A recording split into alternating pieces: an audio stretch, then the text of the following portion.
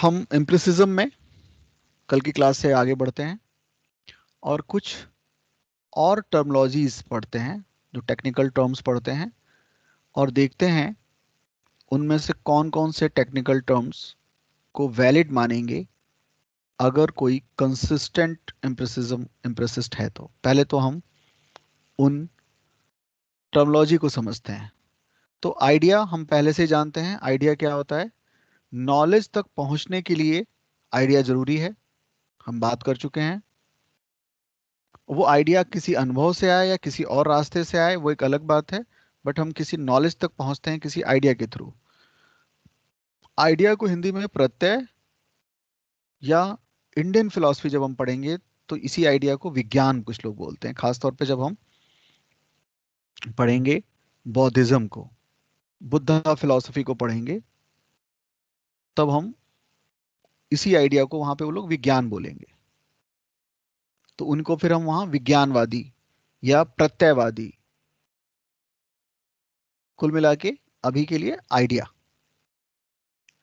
अभी idea concrete idea होता है, पर्टिकुलर आइडिया दूसरा लिखा हुआ है, विशेष प्रत्यय, एब्स्ट्रैक्ट आइडिया, अमूर्त प्रत्यय, जनरल आइडिया या यूनिवर्सल आइडिया, हिंदी में सामान्य प्रत्यय, और एब्सल्यूट आइडिया निरपेक्ष प्रत्यय। इस तरह से आइडिया के कुछ टर्म्स हैं, कुछ वैरायटीज हैं। एक एक करके मैं इनको समझा देता हूं, फिर आप बताइएगा कि एक इम्प्रिसिस्ट कौन कौन से आइडिया को मानेगा और किसको रिफ्यूट करेगा, किसको इनकार करेगा। पहले हम कॉन्क्रीट या पर्टिकुलर आइडिया की बात करते हैं। मैं एक, बहुत सारे एग्जाम्पल हो सकते हैं, कुछ एग्जाम्पल मैंने दिया भी होगा। पॉलिटी पढ़ाते समय भी मैं स्टार्ट करता हूं तो एब्सोल्यूट और कॉन्क्रीट आइडिया से करता हूं। मान लो ये एक एप्पल है। एप्पल है तो एप्पल को हमने कैसे जाना? इसके कुछ करेक्टर से जाना। हमने सेंस किया कि ये गोल है, एक करेक्टर हो गया इसका, इसका शेप या फिगर इसकी गोल है। स्मेल किया तो एक तरह का खास तरह का स्मेल है, तो एक और सेंसेशन मुझे मिला। इसको टेस्ट किया तो एक और सेंसेशन मिला। तो कलर, टच, स्मेल, फिगर वगैरह वगैरह जो हमने सेंस किया, ये हमने एक एप्पल को सेंस करके बताया कि ये एप्पल जो है ये शिमला का एप्पल है, शिमला एप्पल है ये। और दूसरा एप्पल जो है ये कैलिफोर्निया का एप्पल है। इसका कलर थोड़ा डिफरेंट है, इसका टेस्ट थोड़ा डिफरेंट है। दोनों हैं तो स्वीट ही, बट स्वीटनेस का फर्क है। कोई और हमने देखा एप्पल, ये कश्मीर का एप्पल है, वगैरह वगैरह कई एप्पल देखे हमने। तो हम जिस एप्पल की बात कर रहे हैं, अभी मैं जिस एप्पल की बात कर रहा हूं, ये मान लो एप्पल है शिमला का एप्पल, शिमला एप्पल है। ये कैलिफोर्निया का एप्पल है, ये कश्मीर का एप्पल है। हम एक पर्टिकुलर एप्पल की बात कर रहे हैं।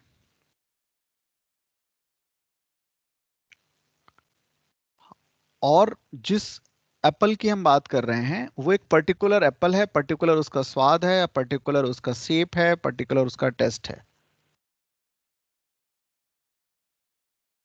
इसी तरह मैं एक किसी खास आदमी की बात करूं, राम की बात करूं, श्याम की बात करूं, शंकर की बात करूं, सोहन की बात करूं, सुरेंद्र की बात करूं, ये पर्टिकुलर नाम है, पर्टिकुलर व्यक्ति की तरफ इंडिकेट कर रहे हैं। बट एक दूसरी चीज लूं मैं एप्पल, या कोई दूसरा एग्जांपल एक और ले लेते हैं, कुछ भी ले सकते हैं। मान लो चेयर है, मैं चेयर देख रहा हूं, आप छोटे बच्चे हैं, आपको दिखाया गया, आपने पूछा कि ये क्या है, मैंने कहा कि ये चेयर है। वो जो चेयर थी वो हत्थे वाली चेयर थी, हैंडल था, हाथ था उसका, 3 टांगे थी उसकी। फिर एक चेयर और देखा, तो चेयर नंबर 1 देखा आपने। दूसरा चेयर देखा, चेयर नंबर 2, मटेरियल अलग था, पीछे सपोर्ट नहीं था उसके, इसके केवल एक ही टांग है, नीचे बड़ा सा बेस है, जो बार चेयर वगैरह होती है कुछ वैसा है, इसे भी चेयर कह रहे हैं। हमने और चेयर देखे, उसे भी चेयर कह रहे हैं। तो हमने चेयर नंबर 1 2 3 4 5 बहुत सारे पर्टिकुलर चेयर देखे, और इनमें हम एक समझ गए कि चेयर कहते किसे हैं। कहने का मतलब है हम चेयरनेस को समझ गए, चेयर कहते किसे हैं। ये चेयर कहते किसे हैं, ये हम सेंस से नहीं समझते, ये हम किससे समझते हैं, अपने इंटेलेक्ट से, बुद्धि से समझते हैं। चेयर जब हम देख रहे हैं, जब हम एप्पल देख रहे हैं, जब हम राम श्याम मोहन देख रहे हैं, तो वो तो पर्टिकुलर हैं। बट राम श्याम मोहन को देखकर हमने कहा कि ये मनुष्य है, ये ह्यूमन है। ये जो ह्यूमननेस है, ये चेयर नंबर 1 2 3 4 का जो चेयरनेस है, एप्पल है, जो शेप में भी थोड़ा अलग है, स्वाद में भी अलग है, बट हम सबको एप्पल ही कह रहे हैं, एक ही क्लास में रख रहे हैं। ये जो हम एक ही क्लास में रख रहे हैं, ये हम अपने सेंस ऑर्गन से रख रहे हैं या अपनी बुद्धि से, इंटेलेक्ट से रख रहे हैं? बताओ जल्दी से। इंटेलेक्ट। इंटेलेक्ट से रख रहे हैं। एक बच्चा है, उसको मैंने बताया कि बेटा ये मनुष्य है, ये ह्यूमन है। ह्यूमन था, उसका रंग फेयर था मान लो, जैसे होते हैं ह्यूमन नॉर्मली, 2 हाथ 2 पैर, जो भी नॉर्मल मनुष्य है वैसा है। पर कल को वो सड़क पे गया और उसने एक बैगर को देखा, एक भिखारी को देखा, उसके दोनों हाथ नहीं थे। दोनों हाथ ना होने के बाद भी उसको वो मनुष्य ही कहेगा। तो ऐसा क्या इसेंशियल करेक्टर है जो मनुष्य को मनुष्य बनाता है, जबकि एक के दोनों हाथ 2 पैर थे, किसी कोई ऐसा मनुष्य भी हो सकता है इसके दोनों हाथ 2 पैर ही ना हो, एक आंख हो, एक आंख हो ही ना। चेयर के बारे में मैंने कहा कि बहुत सारी वैरायटी हो सकती है। तो वैरायटीज पर्टिकुलर की होती है, उसका जो एसेंस होता है वो वो हम सेंस नहीं करते, वो अपने सेंस ऑर्गन से नहीं समझते, हमारे वो 5 सेंस ऑर्गन्स में नहीं आते, वो हम अपनी बुद्धि से, विवेक से, इंटेलेक्ट से समझते हैं।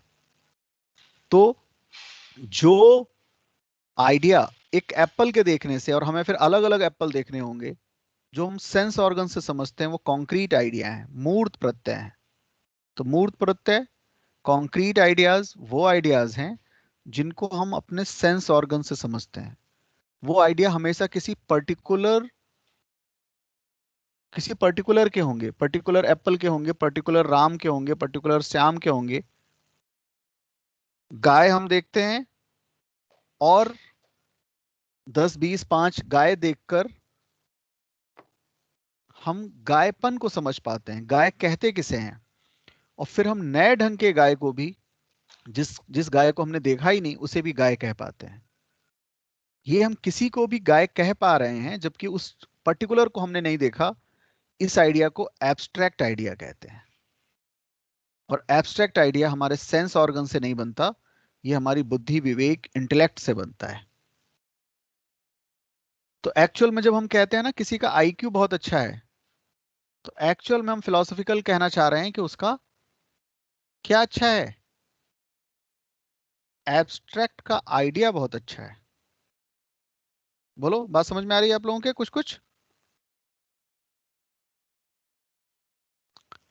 मैथमेटिक्स में हम क्या करते हैं, कोई टीचर आपको कुछ पर्टिकुलर एग्जांपल्स देके, कुछ पर्टिकुलर ढंग से आपको बताता है, और फिर उस क्लास के, उस टाइप के सारे क्वेश्चंस को आप कर पाते हैं। जबकि आपको नए क्वेश्चन से नया एक्सपीरियंस है, नई चीजों को आपको इस्तेमाल करना पड़ेगा। आप समझ पा रहे हैं मैं क्या कह रहा हूं?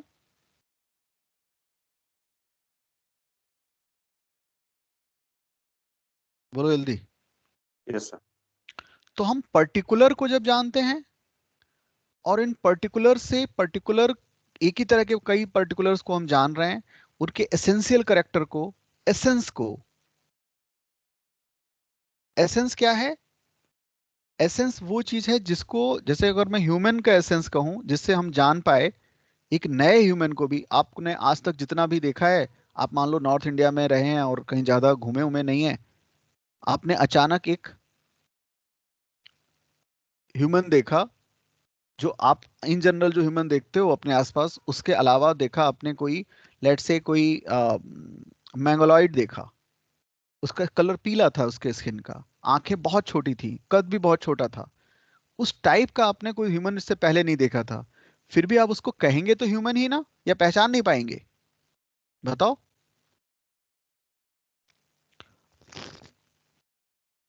ह्यूमन ही कहेंगे। ये ह्यूमननेस क्या था? वो एसेंशियल करेक्टर है जो हमारे सेंस ऑर्गन्स में तो नहीं आ रहा है, हम उसको सेंस तो नहीं कर पा रहे अपने 5 सेंस ऑर्गन से, बट उसको हम अपने इंटेलेक्ट से समझ पा रहे हैं। तो हमारा इंटेलेक्ट क्या करता है? हमारा इंटेलेक्ट उस चीज के एसेंशियल करेक्टर को निकाल लेता है और उस क्लास का एक नाम दे देता है।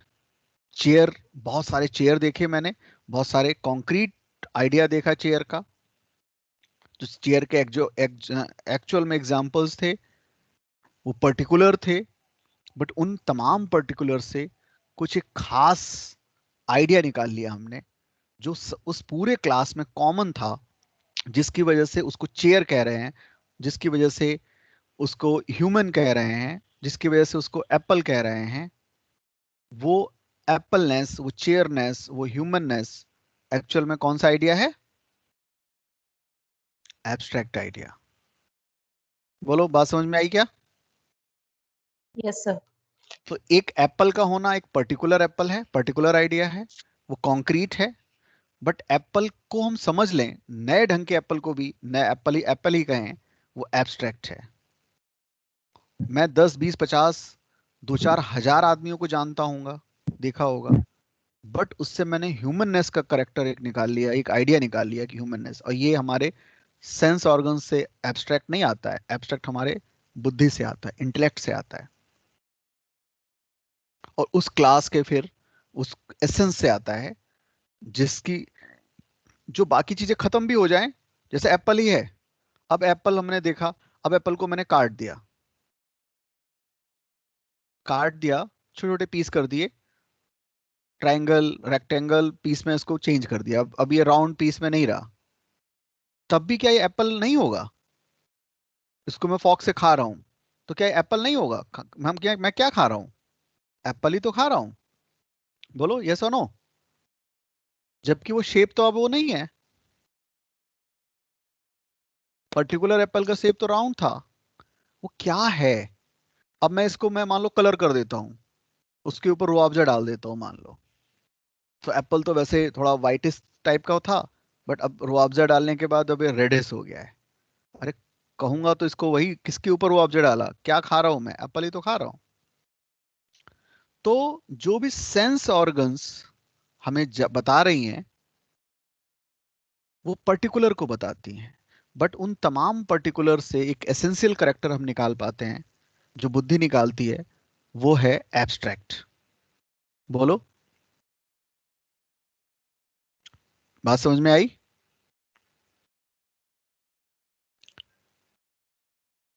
तो एब्स्ट्रैक्ट क्या यस है?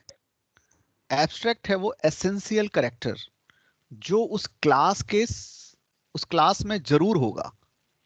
बाकी नॉन एसेंशियल करेक्टर होंगे। एक मनुष्य का 2 हाथ होना, 2 आंखें होना, 2 पैर होना एसेंशियल करेक्टर नहीं है।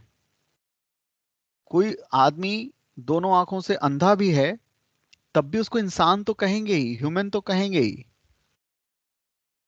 सांस नहीं चल रही तब भी हम कहते हैं ह्यूमन बॉडी है ये। कुछ तो ऐसी चीज है जो हमारे सेंस ऑर्गन्स के बियॉन्ड है, जिसकी वजह से उस क्लास का वो है। वो एक चेयर टूटी फूटी पड़ी हुई है कहीं, दोनों पैर टूटे हैं, दोनों हाथ टूटे हैं चेयर के, फिर भी वो कहते तो हैं कि चेयर टूटी हुई चेयर है, चेयर तो कह ही रहे हैं उसको। तो कुछ तो ऐसा एसेंशियल करेक्टर है। गाय का एग्जाम्पल दिया, काऊ है, 2 सींग हैं, सींग टेढ़े हैं, मेढ़े हैं, गोल हैं, लंबाई लंबी लंबी गाय है, छोटी गाय है, काली है, भूरी है, जैसी भी है, कुछ वजह है जिसको इसको हम काऊ ही कह रहे हैं, जो कुछ एसेंशियल करेक्टर है वो उसका एब्स्ट्रैक्ट बनाता है, जो उसका जनरल आइडिया है। जनरल आइडिया दोनों आपस में एक ही है। जनरल आइडिया है काऊ का, जिसकी वजह से वो काऊ है, वो एक यूनिवर्सल आइडिया है। हम काऊ कह रहे हैं, एक काऊ जो यूएसए की काऊ है और एक अपनी गौ माता है, दोनों को काऊ कह रहे हैं। क्यों? कुछ यूनिवर्सल उसमें कॉमन है, एसेंशियल है। कुछ एसेंशियल क्या होता है? जो उसका रियल कैरेक्टर है, उसके नीचे नहीं जा सकते। बाकी चीजें बदलेंगी, एसेंस नहीं बदलता कभी। वो एब्स्ट्रैक्ट आइडिया है, वो उसका जनरल आइडिया है, वो उसका यूनिवर्सल आइडिया है। तो अब यहां आ जाएं, कॉन्क्रीट और पर्टिकुलर आपस में मिले जुले हैं, पर ये दोनों अलग हैं एब्स्ट्रैक्ट और जनरल से। कॉन्क्रीट और पर्टिकुलर, कॉन्क्रीट का मतलब मूर्त। मूर्त ज्ञान कैसे होता है? हमारे सेंस ऑर्गन्स के थ्रू होता है। हम जो सेंस ऑर्गन से जानते हैं वो मूर्त ज्ञान है। जैसे मैं कहूं आपसे, मैंने पहले भी समझाया होगा, मैं सेम एग्जांपल दे रहा हूं ताकि याद हो जाए आपको। मैं कहूं भगवान शिव, भगवान शिव कहते ही आपने कुछ ना कुछ सोचा होगा जिसकी वजह से शिव को शिव कह रहे हैं। वो जो भी सोचा, वो हो सकता है कैलेंडर सोचा हो, किसी ने कुछ मूर्ति सोच ली होगी, किसी ने कुछ और सोचा होगा, वो शिव का एब्स्ट्रैक्ट कॉन्सेप्ट है, एब्स्ट्रैक्ट आइडिया है। बट मैं आपको एक, आपके सामने एक मूर्ति रख दूं पत्थर की, शिव की, जिसको आप अपने सेंस ऑर्गन से टच करके, स्मेल करके और 5 सेंस ऑर्गन्स के थ्रू जान पाए, वो कॉन्क्रीट आइडिया है, मूर्त। मूर्त से मूर्ति बनी है, तो शिव की मूर्ति है। उस मूर्ति को हमें अपने सेंस ऑर्गन से हम जान पाते हैं, वो एक पर्टिकुलर मूर्ति है। तो अगर मैं आइडिया या प्रत्यय की बात करूं तो मूर्त प्रत्यय या विशेष प्रत्यय। अब आप मुझे बताओ, अगर कोई, अगर ये बात समझ गए हैं, मैं एब्सोल्यूट आइडिया को अभी छोड़ दे रहा हूं, ये हम लोग बाद में पढ़ेंगे। इन चारों के हिसाब से बताओ, अगर कोई कंसिस्टेंट इम्प्लिसिस्ट है, संगत अनुभववादी है, इनमें से किसे किसे मानेगा, किसे किसे रिफ्यूट करेगा, किसे मानने से इनकार करेगा? क्या वो कॉन्क्रीट आइडिया को मानेगा? मानेगा सर। मानेगा। Yes sir. Very good. Yes क्या वो पर्टिकुलर को मानेगा? पर्टिकुलर थिंग्स होते हैं, यस सर। मानेगा। Sir yes sir but yes sir. But real question ये है, क्या वो एब्स्ट्रैक्ट को मानेगा? नहीं मानेगा नहीं सर नो सर। नहीं सेंस में मानेगा तो आता ही नहीं। इसी तरह वो कोई जनरल आइडिया को नहीं मानेगा, कोई यूनिवर्सल आइडिया को नहीं मानेगा। तो अगर आप ये समझ गए तो एक आप बड़ी बात समझ गए हैं कि अगर इम्प्लिसिस्ट है और कंसिस्टेंट भी रहना चाहता है, तो वो अलग अलग पर्टिकुलर चीजों को तो मानेगा, बट कोई एप्पलनेस जैसी कोई चीज होती है, कोई ह्यूमननेस जैसी कोई चीज होती है, कोई लॉ होता है, कोई यूनिवर्सल लॉ होता है, कोई जनरल आइडिया होता है, जनरल लॉ होता है, ऐसा नहीं मानेगा। तो अगर मैं कहूं, ध्यान से बताना, हालांकि मैं आगे और डिटेल में बताऊंगा, अगर एक वैज्ञानिक है, एक साइंटिस्ट है, उसका नाम है न्यूटन, और न्यूटन कोई लॉ बनाना चाहता है, जनरल लॉ अबाउट ग्रेविटी, तो वो जनरल लॉ, अगर वो इम्प्रिसिस्ट होगा तो क्या जनरल लॉ बना पाएगा? No sir. नहीं बना पाएगा। तो ये जो आइडियल करेक्टर है, ये है इम्प्रिसिस्ट का, और एब्स्ट्रैक्ट और जनरल करेक्टर है रैशनलिस्ट का। रैशनलिस्ट, तो इसका मतलब अगर मैं न्यूटन की बात करूंगा तो न्यूटन इन दोनों में से किस क्लास में आएगा? इम्प्रिसिस्ट होगा या रैशनलिस्ट होगा? रैशनलिस्ट। Rationalist, rationalist. क्योंकि रैशनलिस्ट ही जनरल आइडिया, जिसको हम रूल्स भी कह सकते हैं, रूल्स, रेगुलेशंस, यूनिवर्सल आइडिया, इस तरह की चीज बना पाएंगे। क्योंकि रूल्स तो बन ही नहीं सकते इम्प्रेसिज्म में। रूल्स कैसे बनेंगे जब हर नॉलेज सब्जेक्टिव है, हर नॉलेज बिल्कुल अलग अलग है? तो फिर रूल्स बनेंगे ही नहीं। रूल्स नहीं बनेंगे कॉमन रूल्स नहीं बनेंगे तब तो यही जब हम यूज करेंगे एथिक्स में। एथिक्स में भी कुछ थिंकर्स होंगे, वो कहेंगे जनरल रूल्स नहीं बन सकते, कोई भी कॉमन रूल सब पे लागू नहीं हो सकता।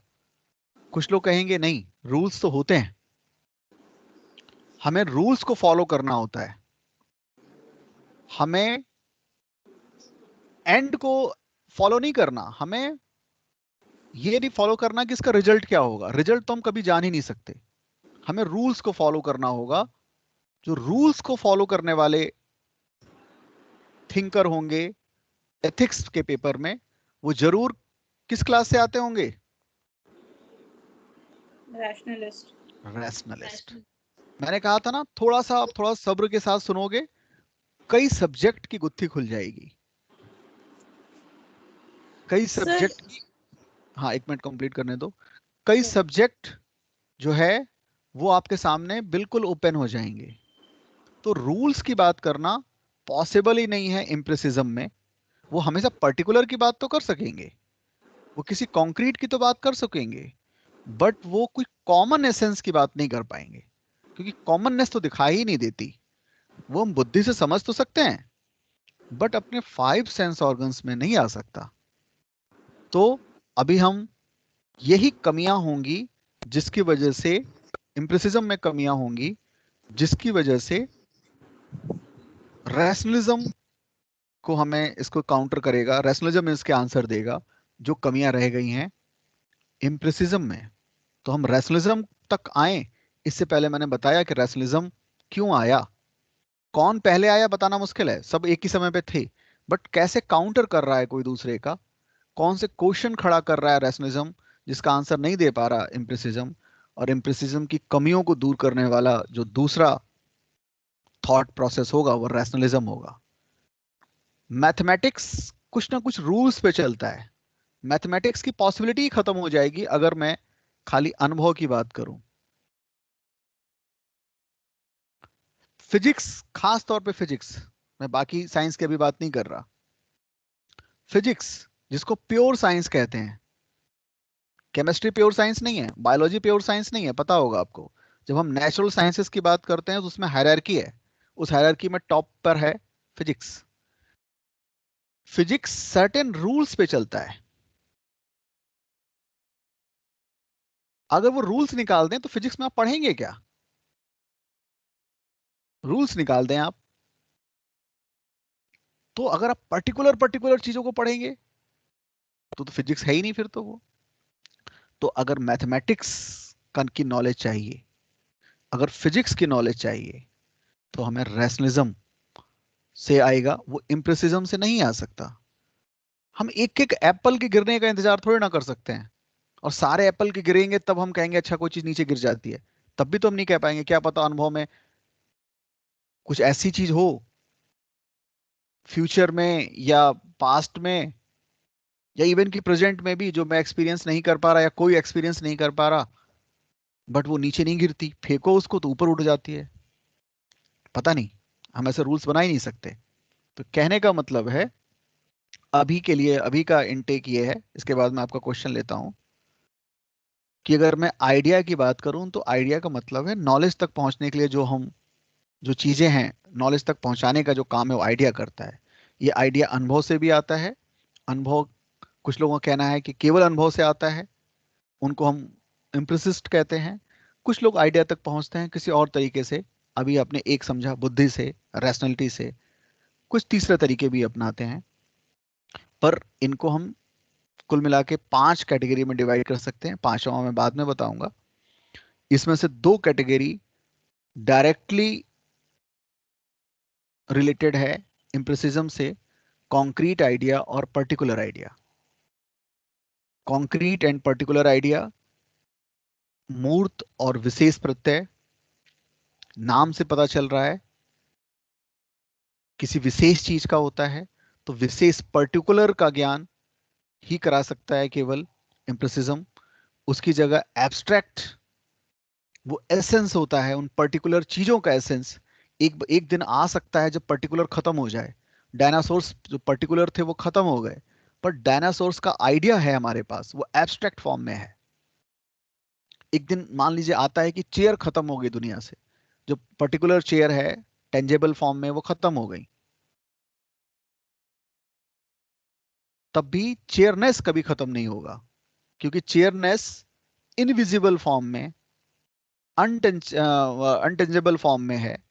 टेंजेबल चीजें तो खत्म हो सकती हैं,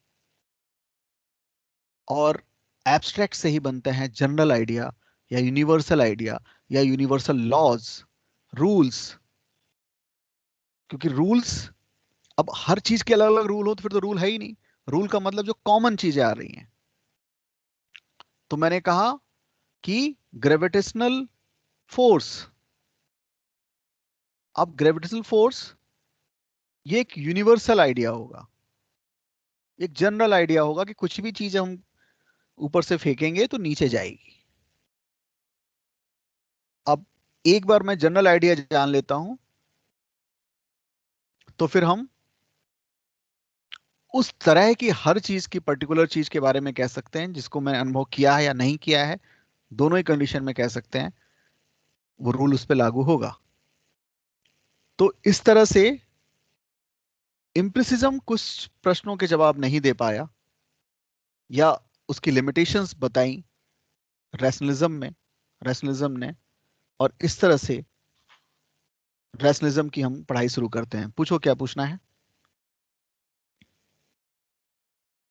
सर एब्स्ट्रैक्ट आइडिया और जनरल आइडिया में सिमिलैरिटीज ही है ना सर? हाँ, मतलब दोनों एक ही है। दोनों हाँ, दोनों ऑलमोस्ट एक ही हैं। हाँ एक ही है। तो सर फिर हमने अलग अलग कैटेगरी में जैसे क्यों आपने डिवाइड किया? एब्स्ट्रैक्ट से जनरल निकल कर आ रहा है। एब्स्ट्रैक्ट एसेंशियल कैरेक्टर है। उस एसेंस को जब हमने देखा और उसके बेस पर एक जनरल आइडिया मतलब रूल्स, जनरल आइडियाज का मतलब रूल्स, उस पर्टिकुलर चीज के लिए रूल्स बना देना। उस पर्टिकुलर चीज का मतलब उस पर्टिकुलर क्लास के लिए रूल बना देना। जैसे एक जनरल रूल में बनाऊं, जनरल रूल बनाऊं कि ह्यूमन मॉर्टल है, ह्यूमन इज मॉर्टल, एक जनरल रूल है। और ये जो ज्ञान है, ये नॉलेज है, वो एसेंशियल करेक्टर से आया है कि जितने भी ह्यूमन हैं वो मरणशील हैं। ठीक है, इस पे हम आगे डिटेल में बात करेंगे। तो ये अभी दोनों के लिए माने दोनों कॉमन है। ठीक है, एक दूसरे से डिराइव हुआ है। ठीक है, यस सर। सो एब्स्ट्रैक्ट से जनरल रूल्स बनते हैं। एब्स्ट्रैक्ट हाँ एसेंशियल कैरेक्टरिस्टिक्स देता है और हाँ उससे जनरल रूल्स डिराइव होते हैं। बिल्कुल।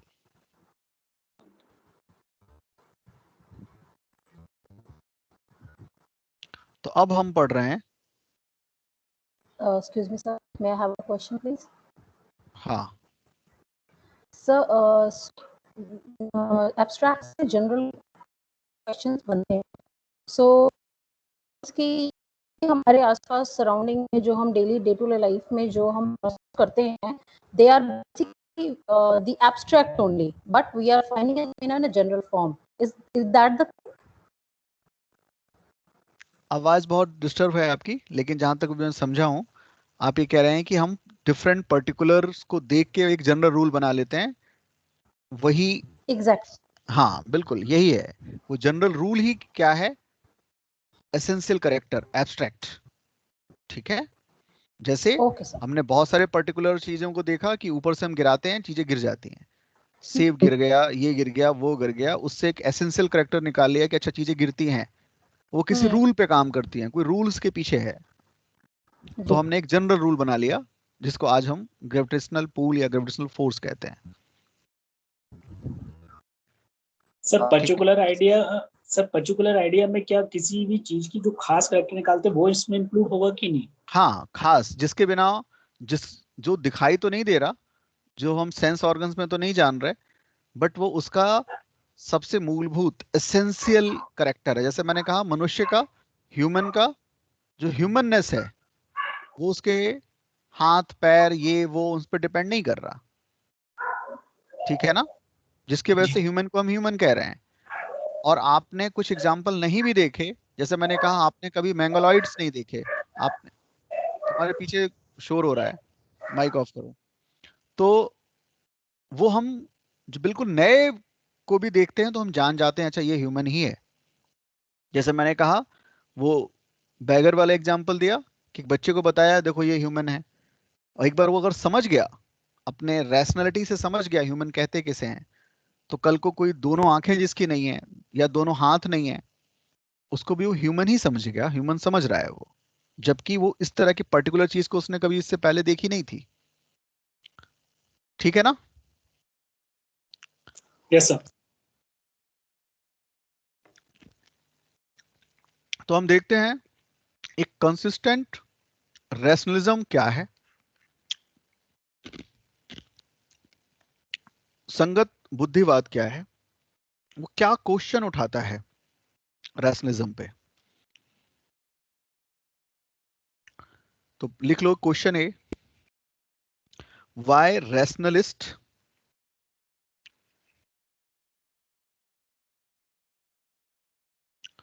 रिजेक्ट एम्पिरिसिज्म या रिफ्यूट्स एम्पिरिसिज्म।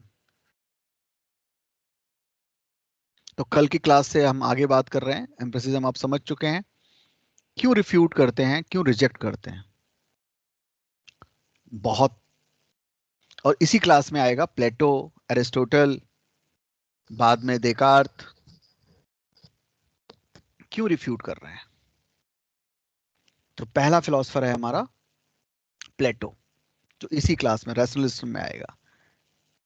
इनका कहना है, ध्यान से समझें, अगर केवल सेंस के आधार पर, सेंसेशन के आधार पर, केवल संवेदनाओं के आधार पर ज्ञान होगा, तो ये संवेदनाएं तो पशुओं को भी होती हैं, तो पशुओं को भी मनुष्य जैसा ज्ञान होना चाहिए। अगर डार्विन वाली थ्योरी को हम भी इस्तेमाल करें तो भाई पशुओं और जो शुरुआती मनुष्य था, दोनों ने एक साथ ही यात्रा शुरू की। शुरू में दोनों ही कच्चा मांस खाते थे, जब आग का आविष्कार नहीं हुआ था, फायर के बारे में हम मनुष्य नहीं जानता था। तो सेंस ऑर्गन्स तो दोनों के कॉमन है, बल्कि कई बार तो पशुओं के ज्यादा तेज हैं।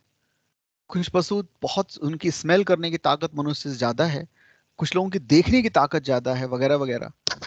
बट ऐसा क्या है,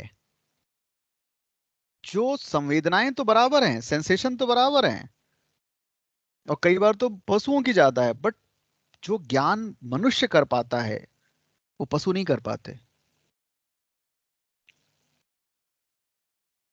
इसका जवाब देना, जवाब मांग रहे हैं ये एम्पिरिसिज्म से, कि भाई अगर संवेदनाओं के आधार पर ही ज्ञान होता है, जैसा कि आप कह रहे हैं एम्पिरिसिस्ट, तो जो जिस तरह का ज्ञान मनुष्य को होता है, मनुष्य ने उस जंगल से निकलकर यहां तक की एक बहुत लंबी यात्रा की है, बट उसी के समय की जो भैंसें थी वो भैंसे ही हैं, बंदर बंदर ही हैं, कुत्ते कुत्ते ही हैं।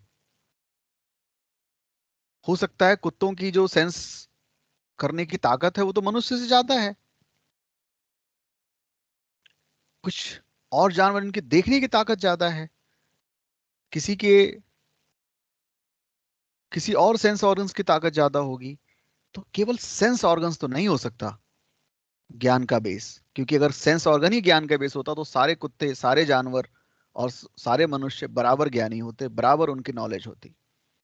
बोलो, बात समझ में आ रही है? Yes.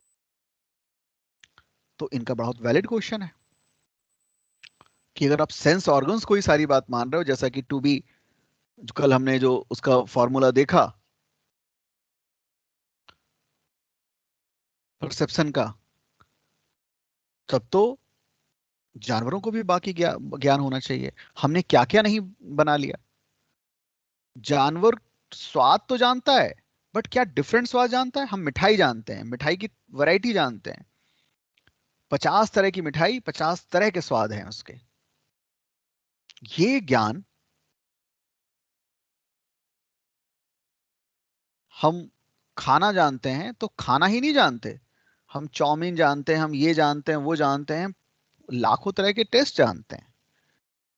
ये जो ज्ञान है, अगर संवेदनाओं से ज्ञान, अगर सेंस ऑर्गन से ही ज्ञान होता है तो बराबर होना चाहिए जबकि मनुष्य कहीं आगे है। इन 5,000 सालों में, इन 50,000 सालों में मनुष्य लगातार ज्ञान बढ़ाता जा रहा है। तो रैशनलिज्म कहता है कि जो संवेदनाएं हैं वो ज्ञान हो सकती हैं, बट वो प्राइमरी सोर्स नहीं हो सकती। प्राइमरी सोर्स कुछ और होगा जो फर्क लेकर आता है दो तरह के, मतलब ह्यूमन में और दूसरे एनिमल्स में। ये मानता है कि लगातार ज्ञान बढ़ रहा है। आज से, आप से जो पहले की पीढ़ी है उससे ज्यादा आप ज्ञान में आप आगे बढ़ गए हैं, और आने वाली पीढ़ी और ज्यादा ज्ञानी होगी, इनके अनुसार, रैशनलिज्म के अनुसार। जबकि संवेदनाएं तो लगभग हम सभी संवेदनाओं के साथ पैदा होते हैं। तो ये क्वेश्चन उठाते हैं ये। फिर ये कहते हैं कि एम्पिरिसिज्म से तो साइंस ही संभव नहीं है। और साइंस का मतलब मैं पर्टिकुलर क्या कह रहा हूं, rule based sciences, that is natural science में प्योर साइंस। कौन सा साइंस बताया मैंने? फिजिक्स। फिजिक्स। तो मैथमेटिक्स और फिजिक्स का ज्ञान ही नहीं संभव है, क्योंकि ये तो रूल्स पे काम करते हैं, और रूल्स तो आप मान ही नहीं सकते। आप तो पर्टिकुलर को मानते हैं, जनरल तो मानते ही नहीं, क्योंकि जनरल का तो सेंस ही नहीं होता। भाई हम ह्यूमन को तो जानते हैं, ह्यूमननेस को थोड़ा सेंस ऑर्गन से जानते हैं। तो हम ह्यूमन साइंस कैसे करेंगे, ये बात आती है। तो आप एब्स्ट्रैक्ट को नहीं जान सकते, आप यूनिवर्सल को नहीं जान सकते, आप जनरल आइडिया, ये सब कुछ भी पॉसिबल नहीं है। और तो और आप लैंग्वेज नहीं जान सकते। देखो, अगर सेंस ऑर्गन से ही जानना था तो बहुत ही बेसिक लैंग्वेज है एनिमल्स की लैंग्वेज।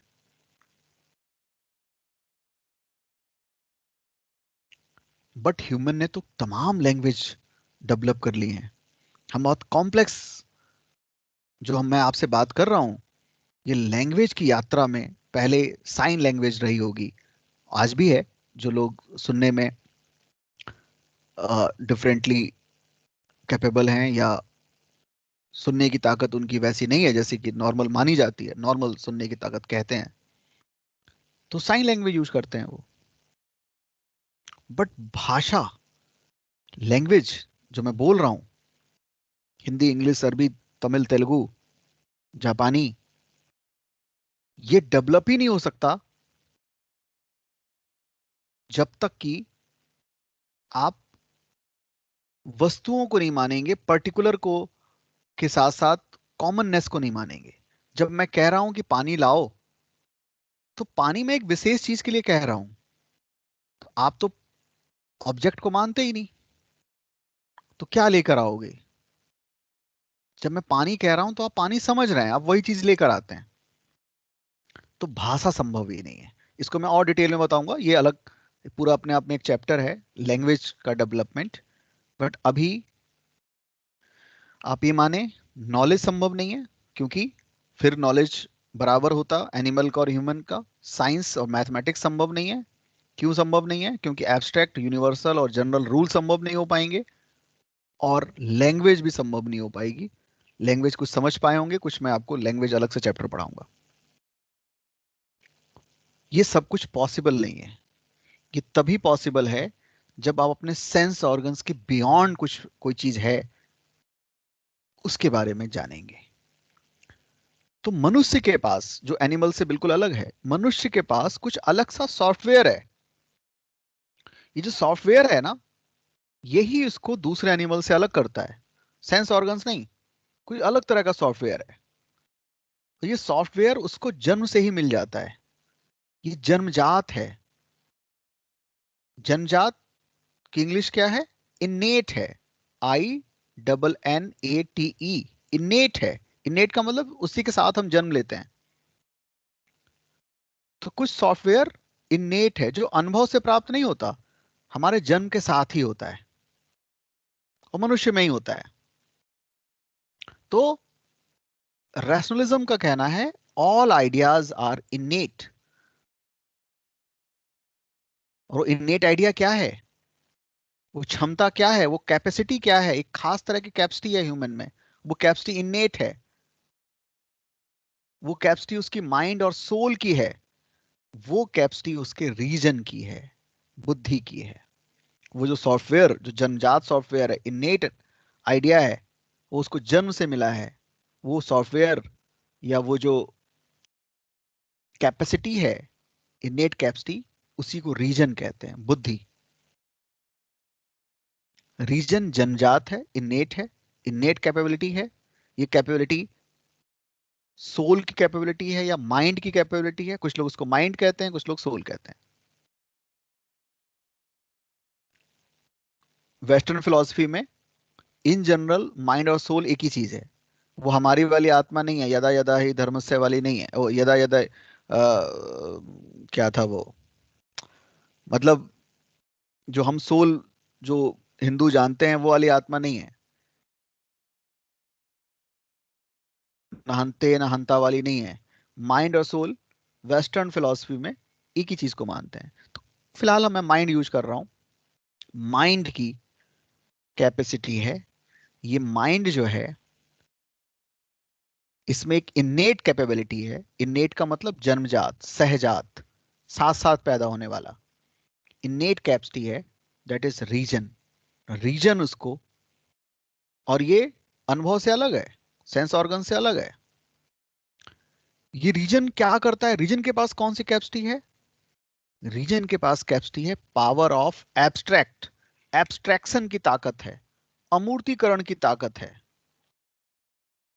रीजन के पास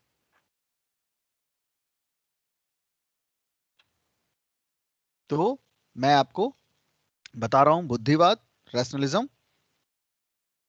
और रैशनलिज्म में मैं आपको कह रहा हूं कि ह्यूमन के पास जो उसको कैपेबल करती है वो है innate capability.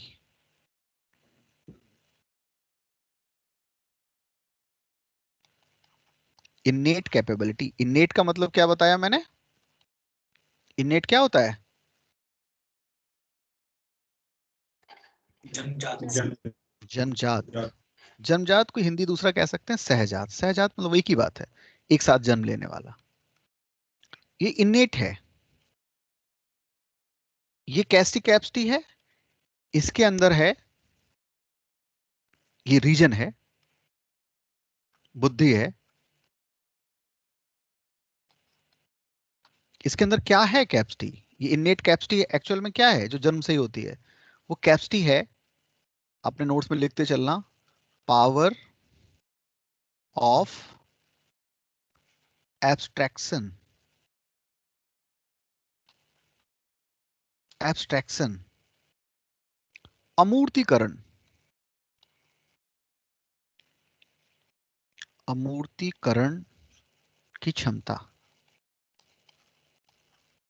Power of abstraction है। एब्स्ट्रैक्शन कैसा है, वही जो अभी मैंने आपको एब्स्ट्रैक्ट आइडिया के टाइम बताया। ये एब्स्ट्रैक्ट कर पाता है एसेंशियल, एसेंशियल को, एसेंस को एब्स्ट्रैक्ट कर पाता है। इसके पास अंडरस्टैंडिंग ऑफ एसेंस होता है। तो रीजन के पास अंडरस्टैंडिंग ऑफ एसेंस होता है, इसेंस होता है, ESSENCE, एसेंस करने का, understanding of essence, essential character निकाल लेने की, उसको सेग्रीगेट कर लेने की पावर होती है। इसी को कहते हैं पावर ऑफ एब्स्ट्रैक्शन। ये क्या कर पाता है, ये जो इसेंस है, इसेंशियल कैरेक्टर से वो आइडिया बना पाता है, नियम निकाल पाता है। आइडिया, वो आइडिया क्रिएट कर पाता है, वो इसेंस निकाल पाता है। इसके पास पावर ऑफ एब्स्ट्रैक्शन होता है। कैसे, वही जो मैंने अभी समझाया। कोई मनुष्य है, ह्यूमन है, M1, दूसरा M2, तीसरा M3, रंग अलग होंगे इनके, ये होगा मान लो काला है, ये सावला है, ये भूरा है, ये लंबा है, ये बौना है, ये एवरेज हाइट का है। बहुत सारे ह्यूमन के बहुत सारे करेक्टर होंगे, पर्टिकुलर करेक्टर बहुत सारे होंगे, बट उनके अंदर कोई इसेंशियल इसेंस होगा। इसेंस कैसे कर रहा होगा, वो निकाल पाएगा पावर ऑफ एब्स्ट्रैक्शन से। और ये जो करेक्टर है, कैपेबिलिटी है, वो कैपेबिलिटी कैसी है, इन्नेट है, जन्मजात है। वो कैपेसिटी कौन सी है, रीजन की, बुद्धि की। इसी रीजन से वो जान पाता है लॉ को, डिफरेंट लॉज जान पाता है, डिफरेंट रूल्स जान पाता है, एब्स्ट्रैक्ट कर पाता है, एब्स्ट्रैक्शन की ताकत होती है, इसेंस जान पाता है।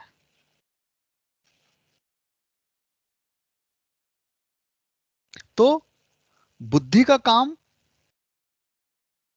पर्टिकुलर को जानना नहीं है, वस्तुओं को जानना नहीं है, उस आइडिया के पीछे के नियम को जानना है।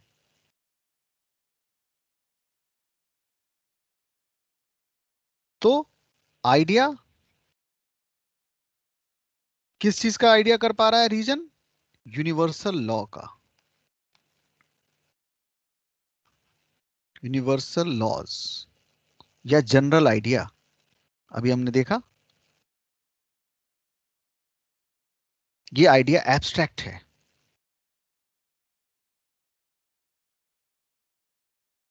ये आइडिया एब्स्ट्रैक्ट है, और ये आइडिया सब पर लागू होगा, ये रूल सब पर लागू होगा।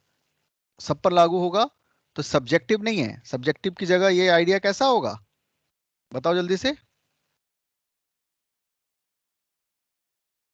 ऑब्जेक्टिव। ऑब्जेक्टिव सब्जेक्ट पे डिपेंड नहीं करेगा कि सब्जेक्ट टू सब्जेक्ट चेंज हो जाएगा, ये ऑब्जेक्टिव होगा। ऑब्जेक्टिव होगा तो ये तुरंत चेंज होगा या सर्टेन होगा, सर्टेन होगा, फिक्स होगा। तो एक आइडिया है 2 + 2, 2 + 2 कितना होता है, 4। अब ये 4 होना सर्टेन है या कभी 4 होगा कभी 4 नहीं होगा, ये ऑब्जेक्टिव है या सब्जेक्ट पे डिपेंड करता है। किसी को 4 लगेगा, किसी को 3 लगेगा, किसी को 5 लगेगा, ऐसा तो नहीं है। क्यों, ऐसा होगा तो रूल्स ही नहीं बन पाएंगे। बात समझ में आ रही है। तो ये जो आइडिया होगा, बताओ ये नोअर डिपेंडेंट होगा या नोअर इंडिपेंडेंट होगा, रीजन से जो बनेगा, बताओ जल्दी से सोच के बताना। नोअर इंडिपेंडेंट लिखूं या डिपेंडेंट लिखूं मैं यहाँ पे, अगर रीजन से बन रहा है, रैशनलिस्ट बना रहे हैं तो बताओ जल्दी। Sir independent. Independent. Very good, very good. ये नोअर इंडिपेंडेंट होगा, नोअर पे डिपेंड नहीं करेगा। जो रूल्स होंगे वो नोअर इंडिपेंडेंट होंगे, वरना रूल्स अगर नोअर पे डिपेंड हो जाए, सड़क पर दाएं चलना है कि बाएं चलना है आपकी मर्जी तब तो रूल्स होंगे ही नहीं, तब तो रूल्स ही नहीं बन पाएंगे। तो ये जो रूल्स होंगे वो यूनिवर्सल होंगे, यूनिवर्सल लॉ पे होंगे, जनरल आइडिया होगा, रूल्स होंगे, नियम होंगे। ये नियम कैसे बन रहा है, कुछ एसेंस निकाल रहे हैं हम। एसेंस कौन निकाल रहा है, ये रीजन निकाल रहा है, बुद्धि निकाल रही है। कैसे निकाल रही है, क्योंकि इसके पास अंडरस्टैंडिंग ऑफ इसेंस है, क्योंकि इसके पास पावर ऑफ एब्स्ट्रैक्शन है, एब्स्ट्रैक्ट कर पा रही है, अमूर्त कर पा रही है चीजों को। और ये कैपेसिटी इसकी इन्नेट है, इसी को माइंड की कैपेसिटी कई बार कहते हैं। तो माइंड या रीजन, जैसे हम कहते हैं रीजनिंग, रीजनिंग क्या है, रीजनिंग में हम पावर ऑफ एब्स्ट्रैक्शन का ही तो इस्तेमाल कर रहे हैं। जो आपके सीसेट का पेपर है रीजनिंग, तो कुछ पर्टिकुलर लॉज पे काम करती है, वो लॉ बनाता है, हमारी बुद्धि बनाती है, और इसकी समझ हमारे जन्मजात होती है, क्योंकि बुद्धि के साथ हम पैदा होते हैं। और ये मनुष्य को दूसरे एनिमल से अलग कर पाती है। अगर सेंस ऑर्गन से ही सब कुछ होना होता तो मैंने आपको बताया तब तो भैंसों को भी बहुत आगे तैयार हो जाना चाहिए था, वो भी मिठाइयों की बहुत सारी वैरायटी जान पाती, वो भी और चीजें जान पाती जो मनुष्य जान पाया। भाई यात्रा तो हमने एक साथ ही शुरू की थी। भाई आग वाग के आविष्कार से पहले हम भी तो वैसे ही कच्चा ही मांस खाते थे एज ए मनुष्य, लेकिन रीजन से इन्नेट कैपेबिलिटी जो थी, पावर ऑफ एब्स्ट्रैक्शन, मैं बार बार यूज कर रहा हूं ताकि शब्द आप परिचित हो जाएं, पावर ऑफ एब्स्ट्रैक्शन से, अंडरस्टैंडिंग ऑफ इसेंस से जो आइडिया बनाया हमने, रूल्स बनाए, रेगुलेशंस बनाए, लॉज बनाए, जो कि ऑब्जेक्टिव था, सब्जेक्ट पे डिपेंड नहीं करते, ऑब्जेक्ट पे डिपेंड करते हैं, सर्टेन था ये नोवर इंडिपेंडेंट था, सर्टेन लॉज। अब बताओ, अगर रैशनलिस्ट है तो लॉ को मान रहा है, कोई रैशनलिस्ट है तो ये मानेगा कि ये जो पूरी दुनिया है ना, ये दुनिया एक बड़ी मशीन जैसी है। एक मशीन होती है ना, मशीन कुछ रूल से चलती है, रेगुलेशन से चलती है, तो ये पूरी दुनिया किसी रूल्स और रेगुलेशन से चलती है। और ये जो रूल्स हैं ये रैशनल हैं, बौद्धिक हैं, और इनको समझने वाली भी जो रैशनलिटी है वो भी बहुत बौद्धिक है, वो भी रैशनल है। तो रैशनल दुनिया, उसको समझने वाली रैशनल बुद्धि, दोनों एक ही तरह की हैं।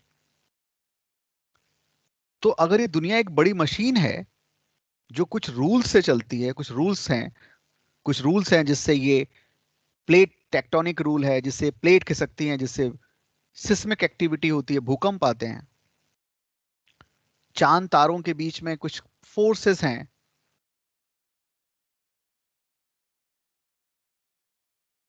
दो एलिमेंट के बीच में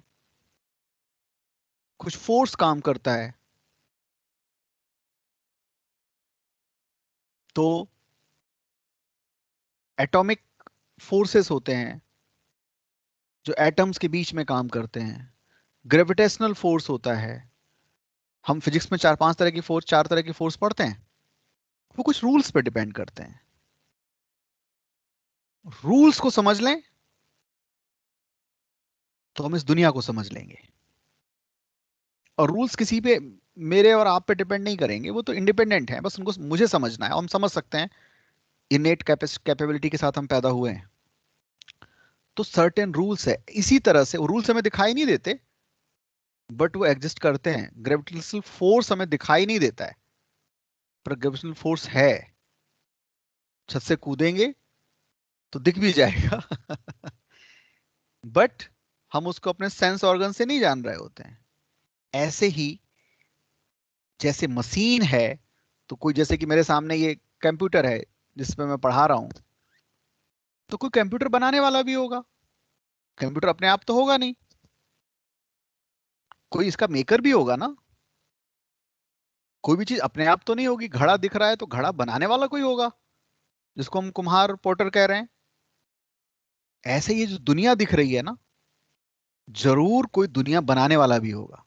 वो दिखे ना दिखे से फर्क नहीं पड़ता, दिखने का तो मैटर ही नहीं है, तो बुद्धि का मैटर है। इसका मतलब अगर रैशनलिस्ट होगा तो अब बताओ, क्या वो गॉड को मानेगा? मान सकता है? मानेगा। गॉड को कैसे मानेगा? Supreme law. गॉड कैसा होगा? हम डिफरेंट छोटे मोटे लॉ तो जान रहे हैं, एक दिन हम पहले से बेटर लॉज को जान रहे हैं, ऐसे बढ़ते बढ़ते हम शायद सुप्रीम लॉ भी जान पाए। सुप्रीम लॉ का ही नाम क्या है रैशनलिज्म में? गॉड। अनुभव की तो बात ही नहीं है, रीजन की बात है। और रीजन से कैसे जाना हमने, बुद्धि से कैसे जाना? ये दुनिया सर्टेन रूल्स पे चल रही होती है, ये दुनिया मशीन की तरह, कुछ रूल्स हैं उसके। तो रूल्स हैं, मशीन अगर है, आपको अगर रास्ते में कहीं जंगल में जा रहे हो और एक पड़ी हुई घड़ी मिल जाए तो घड़ी मिल जाए तो आप ये थोड़ा मानेंगे कि अपने आप पैदा हो गई होगी, ये जरूर कोई बनाने वाला होगा। अब बनाने वाला मुझे दिखे या ना दिखे, जंगल में नहीं दिख रहा मुझे घड़ी बनाने वाला, बट रीजन से, बुद्धि से हम ये तो जानेंगे कि हाँ कोई बनाने वाला होगा। तो ये दुनिया, जब एक छोटी सी मशीन घड़ी देख के आप कह रहे हैं कि कोई बनाने वाला होगा, तो ये दुनिया को बनाने वाला नहीं होगा। जो रूल्स हैं उसका सुप्रीम रूल तो कोई होगा, सुप्रीम लॉ तो कोई होगा, वही गॉड है अकॉर्डिंग टू रैशनलिज्म। गॉड है तो धीरे धीरे हम देखेंगे, जब रैशनलिज्म पढ़ेंगे तो और समझेंगे। जब गॉड को मान रहा है तो किसको मानेगा? सोल भी मानेगा। और गॉड सोल मान रहा है तो तीसरा क्या था जो वो नहीं मान रहे थे एम्प्रेसिस्ट? वर्ल्ड। वर्ल्ड को भी मानेगा। तो जो जो गायब हुए थे, जो कल लॉस हुआ था आप लोगों का, वो लॉस मैंने पूरा कर दिया है वापस।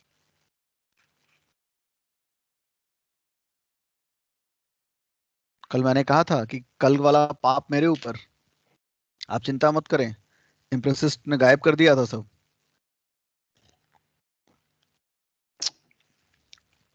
सब लौट आया। थ्योरी क्या है? वही, इतनी बड़ी, जब छोटी मोटी चीजें को कोई बनाने वाला होता है, अपने आप क्या घड़ा बन सकता है क्या? अपने आप घड़ी बन सकती है? नहीं बन सकती। अपने आप कैसे बन सकती है? कोई बनाने वाला होगा। तो इतने सारे रूल रेगुलेशंस, चांद तारे सर्टेन रूल्स पे काम करते हैं। रोज चक्कर काट रहा है पर गिर नहीं रहा नीचे। तारे हम देखते हैं, गिर नहीं जा रहे। सुबह होती है, शाम होती है, और ये सब कुछ चल रहा है, एक खास गति से चल रही है अर्थ। इसका रोटेशन, और रोटेशन एक खास गति से हो रहा है, उसमें कुछ फ्रिक्शन ऑफ सेकंड का भी डिफरेंस आ जाए, घट जाए या बढ़ जाए, तो शायद लाइफ बचे ही ना। बट सब कुछ रूल रेगुलेशन से हो रहा है। तो कोई रूल, कोई सुप्रीम लॉ भी होगा, कोई सुप्रीम रूलर होगा, कोई सुप्रीम मेकर होगा, क्रिएटर होगा। ये बुद्धि से पता चल रहा है हमारे, ये हमारे सेंस ऑर्गन से पता नहीं चल रहा। तो अब हम कंक्लूड करते हैं कि रैशनलिस्ट क्या क्या होंगे और क्या क्या नहीं होंगे, क्या क्या मानेंगे, क्या क्या नहीं मानेंगे। अगर कोई रैशनलिस्ट है, कंसिस्टेंट रैशनलिस्ट है, तो अब बताओ, क्या वो इन्नेट आइडिया को मानेगा? Yes sir. Yes sir. Innate idea में, यानी कि जन्मजात प्रत्ययों में, कुछ आइडिया जन्मजात हैं। जन्मजात कैसे हैं? जैसे एक आइडिया में खाली एग्जांपल दे रहा हूं, मनुष्य मरणशील है, ये एक जन्मजात आइडिया है। ईश्वर का आइडिया जन्मजात है। सोल का आइडिया जन्मजात है। मैथमेटिक्स का आइडिया जन्मजात है। सारा ज्ञान जन्मजात है। जन्म से ही हमें सारा ज्ञान होता है। तो फिर हम सीखते क्या हैं? हम केवल याद करते हैं, याद आ जाता है हमें। ये रैशनलिज्म मानता है कि सारा ज्ञान हमारी आत्मा में सबका बराबर होता है, जरा भी कम या ज्यादा नहीं होता।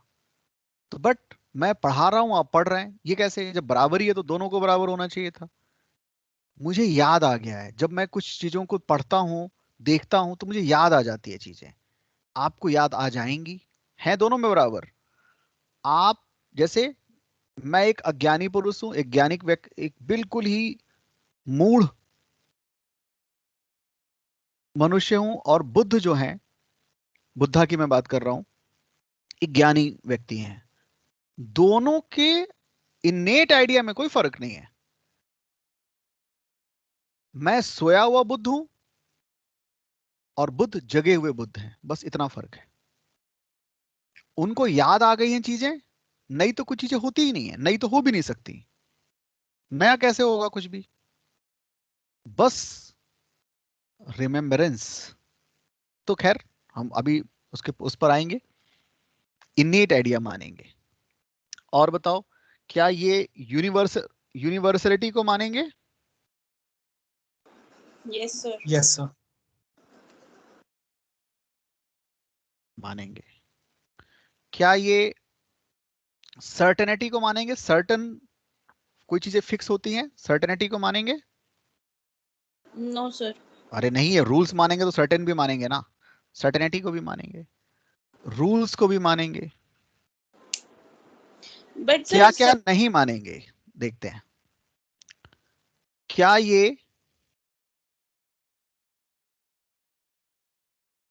ये सब्जेक्टिविटी को मानेंगे?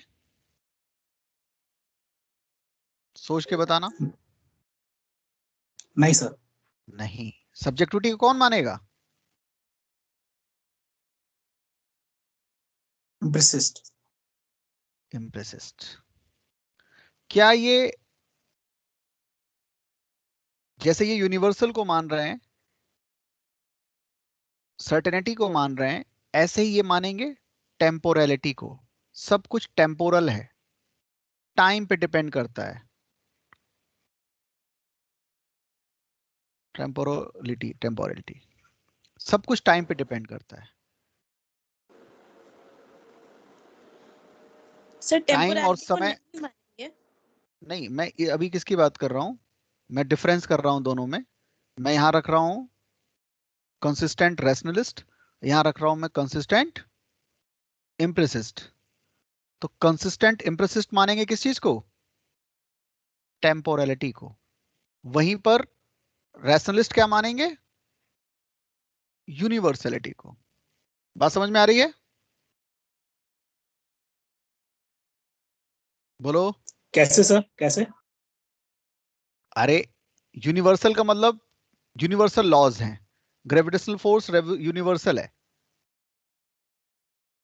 ये नहीं नहीं यूनिवर्सल सर, लॉज कौन मानेंगे? अभी मैं, अरे तुम लोग कंफ्यूज हो रहे हो क्या? चलो मैं उसको मिटा ही देता हूँ फिलहाल।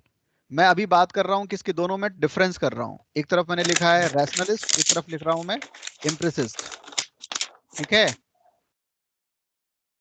अब बताओ इम्प्रेसिस्ट इन्नेट आइडिया को मानेंगे? इम्प्रेसिस्ट नहीं। नहीं। नहीं। ये करेक्टर किसका होगा? रैशनलिस्ट का। रैशनलिस्ट।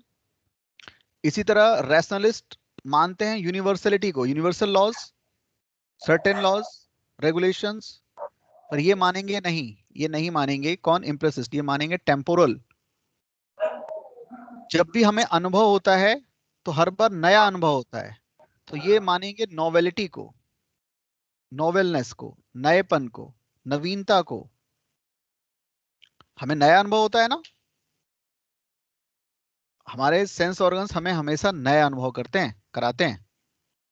तो नोवेलिटी को, क्यों? Nature of sense organs novelty है। ये मानेंगे जो एसेंस, जो ये मान रहे हैं कंसिस्टेंट इंपीरियलिस्ट मानेंगे क्या? Nowhere dependency. यस, बताओ। नोवर डिपेंडेंसी, बताओ इसमें क्या, किसी को क्या कंफ्यूजन है? दोनों में, दोनों का मैंने डिफरेंस क्या है, पूछिए। सर जो रैशनलिस्ट में है सर, जब ये मतलब यूनिवर्सैलिटी और सर्टेनिटी में तो सर मतलब वो तो ऑपोजिट नेचर की चीजें हो गई। मतलब यूनिवर्सिटी में तो ऑब्जेक्टिविटी भी आती है। नहीं, सर्टेनिटी और यूनिवर्सलिटी कह रही है ना आप? ये सर। सर्टेन का मतलब फिक्स रूल्स। रूल्स हमेशा कैसे होते हैं? फिक्स्ड। फिक्स्ड होते हैं, सबके लिए होते हैं। जैसे मैंने एक छोटा सा रूल बताया कि हमें लेफ्ट में चलना चाहिए सड़क के, तो इंडिया का ये रूल है। तो ये क्या अंबानी के लिए अलग होगा, मोदी जी के लिए अलग होगा, और एक रिक्शा वाले के लिए अलग होगा? सर्टेन होगा या इसमें अनसर्टेनिटी होगी? बताओ। सर्टेन है सर। तो सर्टेन होगा, यही सर्टेनिटी है। सर्टेनिटी के बिना रूल्स ही नहीं बनेंगे, है ना? अगर सर्टेनिटी नहीं होगी तो इसका अपोजिट होगा subjectivity, subject to subject difference, है ना? सर मतलब मैं वही समझना चाह रही थी, जैसे सर्टेनिटी तो बहुत डेफिनेट चीजें हैं या डेफिनेट हाँ रूल्स है, डेफिनेट, यस। बट यूनिवर्सैलिटी में तो सर मतलब उसमें चीजें इतनी डेफिनेट नहीं है, वहां तो यूनिवर्सलिटी भी तो लॉ है, यूनिवर्सल लॉ ही तो है। अगर एक लॉ की, एक रूल की बात कर रही हैं, लॉ की बात कर रही हैं, ग्रेविटेशनल फोर्स इंडिया में और पाकिस्तान में या चीन में या यूएस में, क्या ग्रेविटेशनल फोर्स का रूल अलग अलग है? No sir. तो यूनिवर्सल है। इस तरह से हम यूनिवर्सल कह रहे हैं। यूनिवर्सल का मतलब जो टाइम और स्पेस पे डिपेंड नहीं करता, अच्छा वो हमेशा सर्टेन होता है। सब तो एक ही बातें हैं, वो सर्टेन होता है, यूनिवर्सल होता है। यूनिवर्सल सर्टेन अलग अलग बातें नहीं है, एक ही बात तो है। अच्छा यूनिवर्सल का मतलब जिस पर टाइम और स्पेस का, किस जगह पे हम बात कर रहे हैं और किस समय में बात कर रहे हैं, उसका असर नहीं है, वो यूनिवर्सल है ना? Okay sir. जैसे हम एक बात कहते हैं, जब ग्रामर आप पढ़ा होगा आपने, इंग्लिश ग्रामर या कोई भी ग्रामर, तो हम कहते हैं कुछ यूनिवर्सल ट्रूथ होते हैं। जैसे सूरज पूरब में उगता है, ये यूनिवर्सल ट्रूथ मानते हैं। तो हम ग्रामर में इसके लिए एक अलग ढंग से रूल बनाते हैं। यूनिवर्सलिटी का मतलब जो person to person, place to place change नहीं होता, सब जगह के लिए एक ही है। Okay okay. Okay sir. तो ये कुछ चीजें होंगी जो रैशनलिस्ट मानेंगे। तो फटाफट लिख लो, मैं कुछ डिक्टेट कर देता हूं 10 मिनट में। हेडिंग डालो rationalism, बुद्धिवाद।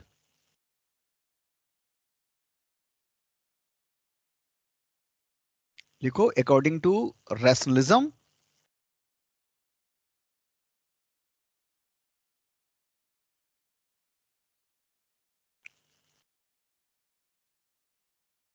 according to rationalism, knowledge means necessity, NECESSITY, necessity, comma universality, comma certainty। मैं शॉर्ट में लिखवा रहा हूं। बुद्धिवाद हिंदी में लिखो, जो हिंदी में जिनको लिखना है। बुद्धिवाद के अनुसार ज्ञान का मतलब या ज्ञान का मूल लक्षण, ज्ञान का मूल लक्षण अनिवार्यता, इंग्लिश में ब्रैकेट में लिख लो नेसेसिटी, सार्वभौमिकता यूनिवर्सलिटी, तथा निश्चयात्मकता सर्टेनिटी है। तो नॉलेज मींस, नॉलेज के 3 करेक्टर जरूर होंगे, वरना उसको नॉलेज कहेंगे ही नहीं। कौन? रैशनलिस्ट। ज्ञान अगर है तो वो सर्टेन होगा, यूनिवर्सल होगा, नेसेसिटी होगी उसके अंदर, अनिवार्य होगा, जरूर वैसा ही होगा। 2 और +2 4 ही होंगे अगर आपको मैथ आती है तो। ऐसा नहीं होगा कि कभी 2 और 2 3 हो जाएं, कभी 5 हो जाएं। अनिवार्य रूप से 4 ही होगा, नेसेसरी फॉर्म में वो 4 ही होगा।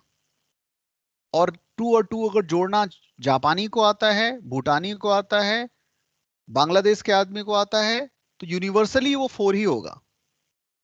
और निश्चित सर्टेन रूप से 4 ही होगा। तीनों तरह से 4 ही आंसर आएगा, नेसेसरी भी होगा, यूनिवर्सल भी होगा और सर्टेन भी होगा। बताओ ये बातें, तीनों बात समझ में आई? Yes sir. सभी लोग 3 कैरेक्टर जरूर होंगे और तीनों का आंसर एक ही आएगा, नेसेसिटी होगी। और ये तीनों कैरेक्टर आपको अनुभव से कभी नहीं मिल सकते। कभी भी आप देखा था ना आपने, कई लोगों ने पूछा भी, सोलिप्सिज्म होगा उसके अंदर, अहम मात्रवाद होगा, वगैरह वगैरह आपने देखा था, संदेहवाद होगा उसके अंदर। बट उसकी जगह यहां उल्टा क्या होगा? नेसेसिटी होगी, यूनिवर्सलिटी होगी, सर्टेनिटी होगी। हर जगह a into two equal to a plus a ही होगा, 2 + 2 इक्वल टू 4 ही होगा।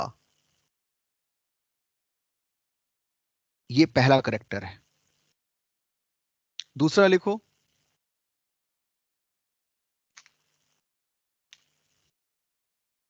रैशनलिज्म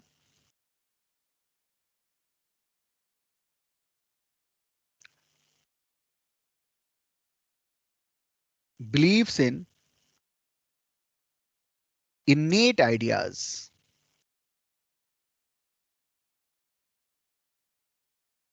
बुद्धिवाद जन्मजात प्रत्ययों का समर्थक है।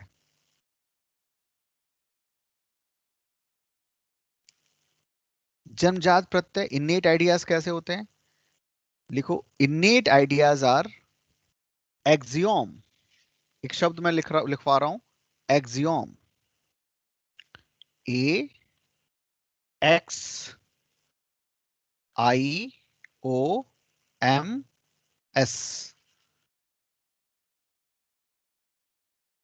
innate ideas are axioms. जन्मजात प्रत्यय स्वयं सिद्ध होते हैं। एक्सियोम्स की हिंदी है स्वयं सिद्ध। स्वयं सिद्ध का मतलब इनको सिद्ध करने की जरूरत नहीं है, प्रूव करने की जरूरत नहीं है, ये प्रूव्ड होते हैं। इनको आप अपने सेंस ऑर्गन से प्रूव कर भी नहीं सकते, ये प्रूव्ड हैं।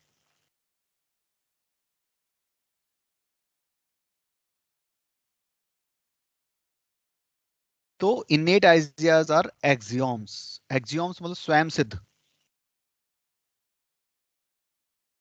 मनुष्य मरणशील है, ये सिद्ध है।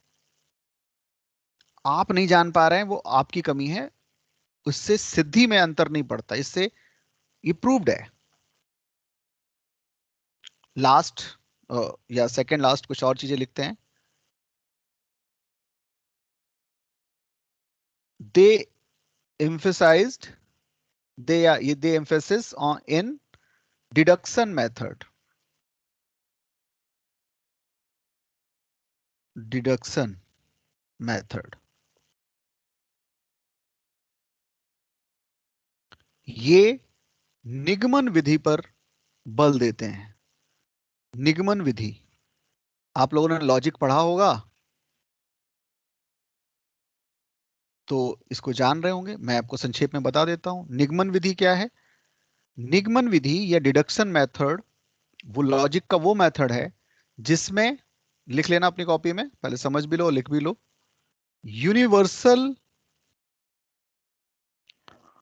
यूनिवर्सल स्टेटमेंट से हम शुरू करते हैं और पर्टिकुलर स्टेटमेंट तक पहुंचते हैं, या पर्टिकुलर स्टेटमेंट का कंक्लूजन निकालते हैं। जैसे यूनिवर्सल स्टेटमेंट है, वही मैं दोबारा से कह रहा हूं, मैन आर मॉर्टल, मनुष्य मरणशील हैं। ये क्या है? एक यूनिवर्सल स्टेटमेंट। राम एक मनुष्य है, राम एक पर्टिकुलर है, मतलब राम भी मरेगा। यूनिवर्सल से पर्टिकुलर की तरफ, ये मैंने छोटा एग्जांपल दिया है, इसको हम लोग आगे साइंस में इसको और डीप में जाएंगे। बट अभी यूनिवर्सल लॉ का मतलब जो सब पर लागू होता है, जो खुद में एक्सियोम है। यूनिवर्सल लॉ से पर्टिकुलर लॉ तक अगर हम पहुंचे, उसको डिडक्शन मेथड कहते हैं लॉजिक में। तो आपको कोई एक यूनिवर्सल मेथड दे दिया जाए, यूनिवर्सल स्टेटमेंट दिया जाए, पर्टिकुलर को उस पर आप लागू कर देंगे। तो यूनिवर्सल से पर्टिकुलर की तरफ जाना डिडक्शन है। इसका उल्टा शब्द है, डिडक्शन का अपोजिट है।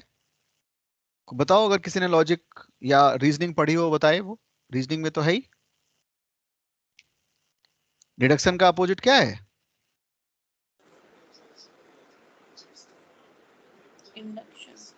Induction method. Induction method, induction method. Induction method में उल्टा हम करते हैं। हम क्या करते हैं? पर्टिकुलर से यूनिवर्सल की तरफ जाते हैं। पर्टिकुलर से यूनिवर्सल लॉ निकालते हैं, यूनिवर्सल की तरफ जाते हैं। कैसे? राम मर गया, श्याम मर गया, मोहन मर गया, धीरेन्द्र मर गया, सुरेंद्र मर गया, मोहन मर गया। ऐसे हमने बहुत सारे पर्टिकुलर लिए, उनमें देखा कि ये पर्टिकुलर में क्या कॉमन था, तो पता चला कि मनुष्य कॉमन था, मनुष्य होना कॉमन था। तो एक इससे यूनिवर्सल लॉ बनाया, मनुष्य मरणशील है। पर्टिकुलर हमने बहुत सारे एग्जाम्पल्स देखे, उन एग्जाम्पल से हम पहुंचे हैं एक यूनिवर्सल स्टेटमेंट की तरफ। ये है इंडक्शन मेथड।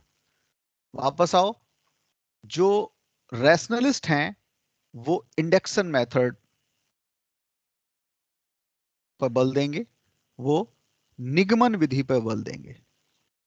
निगमन विधि जो एक्सियोम्स पर टिका होता है, जो स्वयं सिद्ध होते हैं, उसके बेस पर पर्टिकुलर के बारे में पता करते हैं।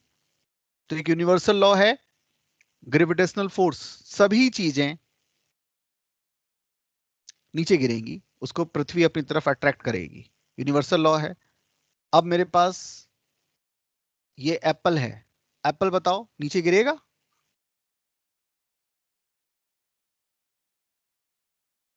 बोलो। सर वो तो आपके हाथ में, तो कैसे गिरेगा? अरे मैं नीचे गिरा रहा हूं बेवकूफ, तो अब तो गिरेगा कि गिरेगा नहीं सर। गिरेगा? गिरेगा ना। तो यूनिवर्सल लॉ क्या था? Gravitational force. पर्टिकुलर के लिए हम बात कर रहे हैं, वो भी उस पर लागू होगा। तो डिडक्शन मेथड या हिंदी में निगमन विधि जो एक्सियोम पर आधारित होता है, ये हमें पता ही होता है, स्वयं सिद्ध होते हैं, हम खाली सीखते हैं, रिमेंबर करते हैं किताबों से, टीचर से, गुरु से, एक्सपीरियंस से। तो निगमन विधि पर टिका है, डिडक्शन मेथड पर टिका है। और डिडक्शन मेथड पे चलें तो सबसे फेवरेट सब्जेक्ट रैशनलिज्म का क्या होगा? मैथमेटिक्स और लॉजिक एंड लॉजिक।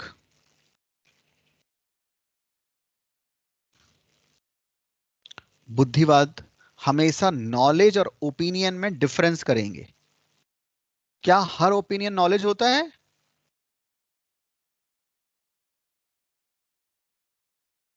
ओपिनियन वो है, राय, राय वो है जो अलग अलग मनुष्यों की मनस्थिति पर निर्भर करता है, उनके मेंटल स्टेटस पर निर्भर करता है, किस मेंटल स्टेटस में मैं हूं।